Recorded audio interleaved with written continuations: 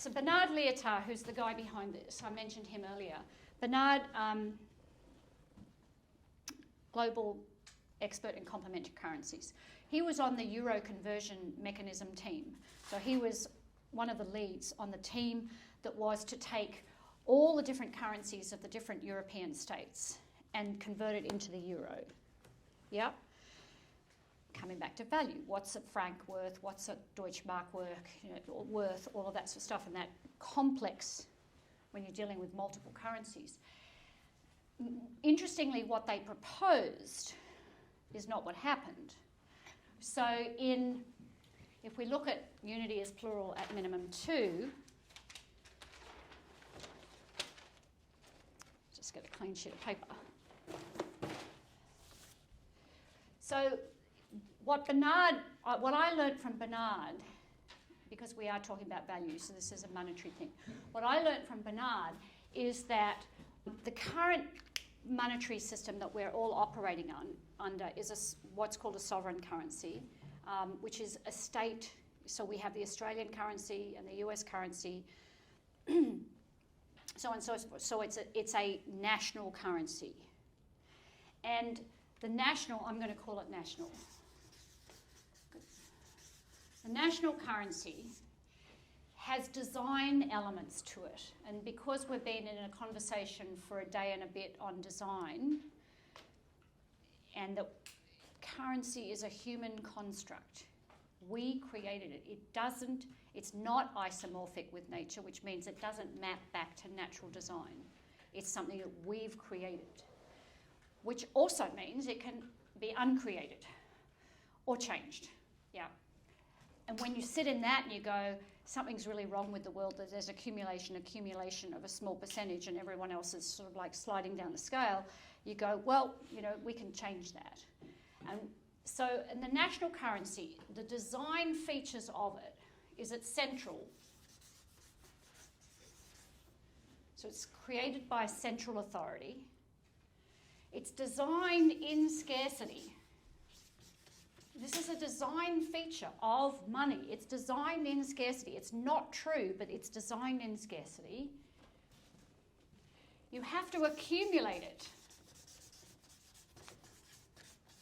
for it to increase value. You have to hoard it. You have to hold on to it for it to increase value. At the moment, in the current interest rates, that's not working very well. But anyway, you have to. That's the design feature of it. What Bernard was very clear on was that currency. So this is the unity is plural at minimum 2, and this is where he combined his Jungian analysis, which is archetypal, and he was looking at the masculine and the feminine archetype, but preferred to use the yin and the yang from the Chinese to remove the sexual gender component to it. And so he called the national currency a yang-based currency. And he said what it's missing is its complementary pair. Palm, back of hand, palm, back of hand. It's missing that. And so it's not that this is wrong, it's that it's impartial or incomplete. And so a yin-based currency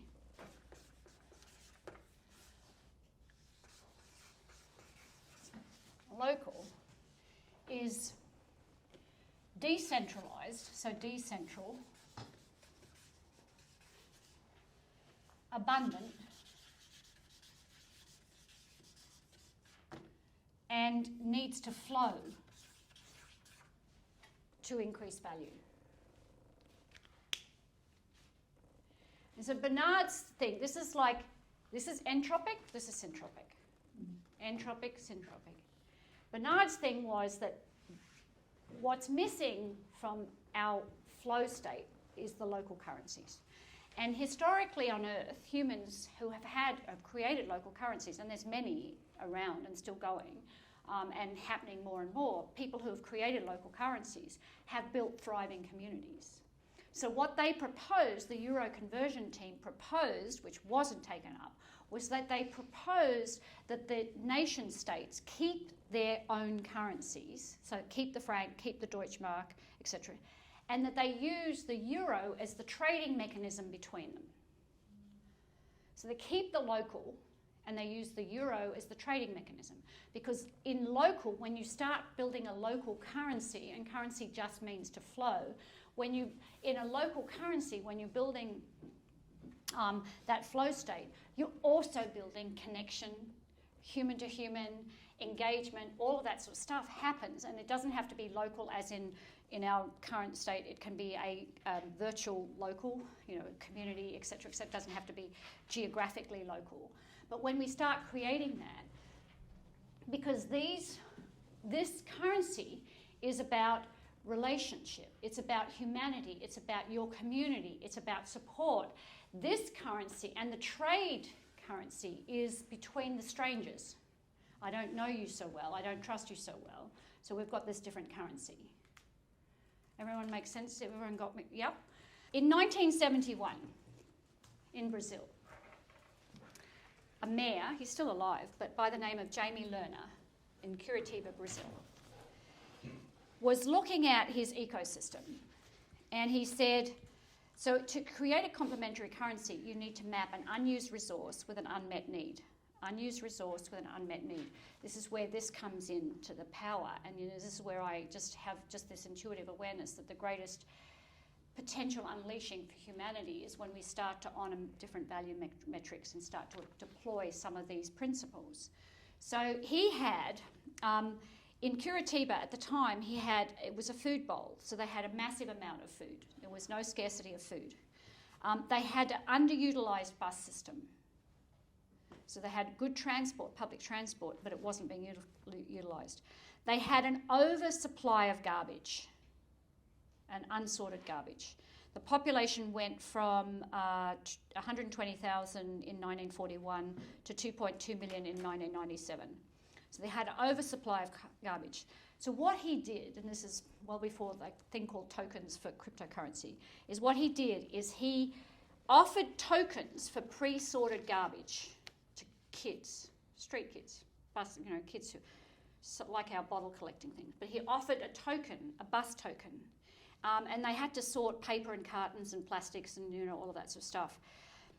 The bus tokens were also exchangeable for food at the markets. And they got the schools involved in the garbage collection through the supply of notebooks. So over a 3-year period, this is a complementary currency.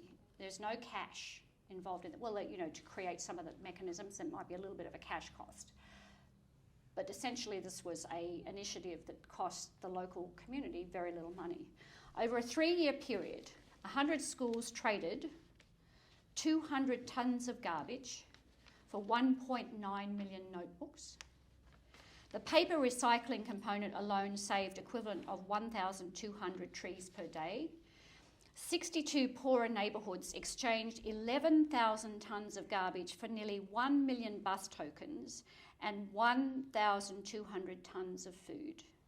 Eventually, 70% of Curitiba was involved in these programs. There was no raised taxes, no bonds issued, no reliance on charity, no loans from the government, the World Bank or the IMF. From 1975 to 1995, the GDP, if we want to use that measure, of Curitiba went up 75%, more than the parent state, and 48% more than the entire Brazil.